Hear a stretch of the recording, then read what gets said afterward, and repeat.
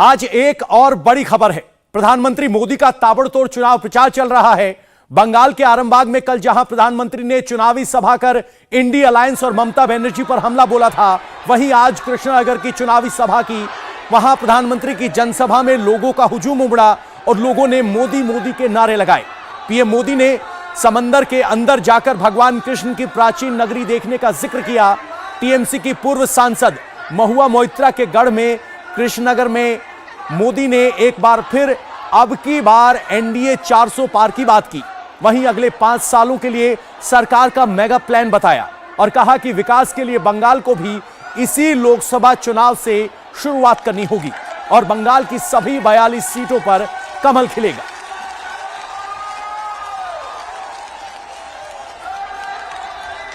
और ये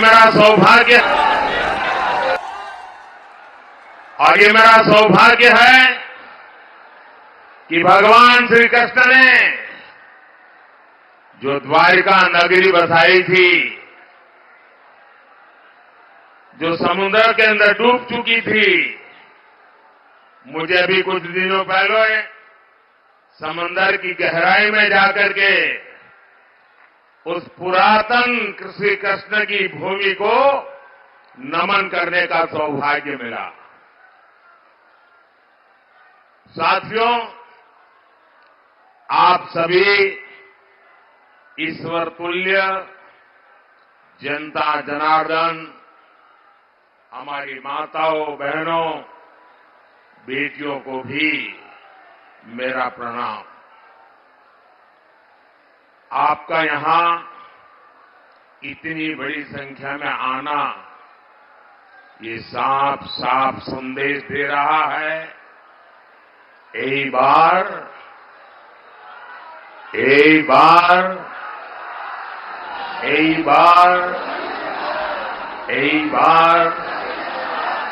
एनडीए सरकार 400 पार।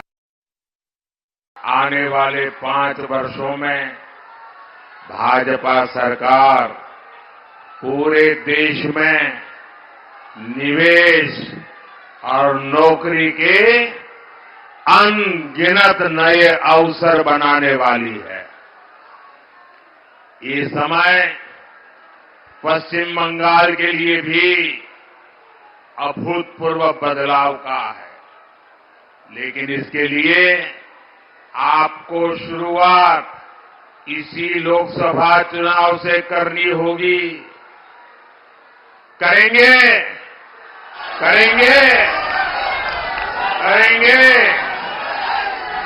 बांग्लार विकास होबे तभी देशार विकास होबे। इसलिए इस बार 42 की 42 सीटों पर कमल खिलना चाहिए और देश में अब की बार जरूर होगा। संदेश खाली का जिक्र प्रधानमंत्री नरेंद्र मोदी ने कृष्णनगर की चुनावी सभा में भी किया। पीएम मोदी ने कहा कि बंगाल में टीएमसी ने मां, माटी और मानुष का नारा लगाकर यहां की माताओं बहनों का वोट लिया और उन्हें गुमराह किया। आज मां, माटी और मानुष सभी टीएमसी के कुशासन में रो रहे हैं। संदेश खाली की बहनें इंसाफ की गुहार लगाती रही, लेकिन टीएमसी सरकार ने उनकी एक नहीं सुनी। साथियों, पश्चिम बंगाल में टीएमसी ने मां, माटी और मानुष का नारा लगाकर यहां की माताओं बहनों का वोट लिया, उनको गुमराह किया।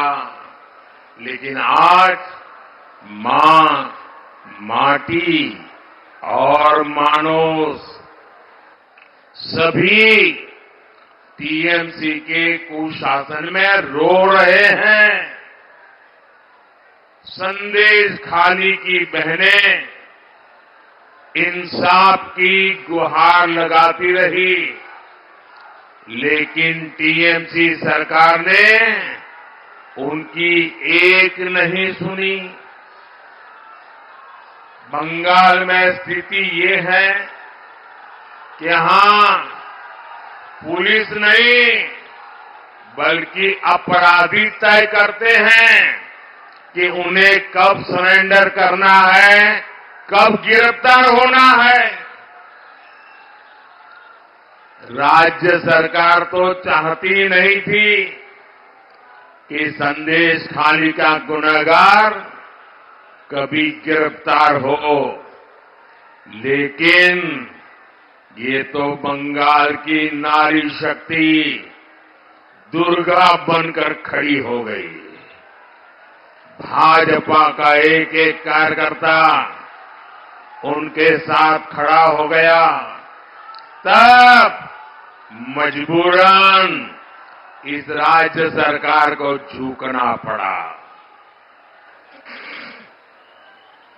साथियों, महिला सुरक्षा और सशक्तिकरण, इसके लिए जो भी योजना भारत सरकार लाती है उसको भी टीएमसी सरकार यहां ठीक से लागू नहीं होने देती। प्रधानमंत्री नरेंद्र मोदी ने कहा कि तृणमूल कांग्रेस अत्याचार और विश्वासघात का दूसरा नाम है। टीएमसी को बार बार जनादेश दिया गया, लेकिन वो अत्याचार का पर्याय बन गई। वो विकास को नहीं, परिवारवाद और भ्रष्टाचार को बढ़ावा देती है। टीएमसी बंगाल के लोगों को गरीब बनाए रखना चाहती है ताकि उनकी राजनीति और खेल चलता रहे। पश्चिम बंगाल की जनता ने बहुत उम्मीदों के साथ टीएमसी को बार बार इतना बड़ा जनादेश दिया है, लेकिन टीएमसी अत्याचार और विश्वासघात का दूसरा नाम बन गई है। टीएमसी के लिए बंगाल का विकास नहीं बल्कि भ्रष्टाचार और परिवारवाद ही प्राथमिकता है।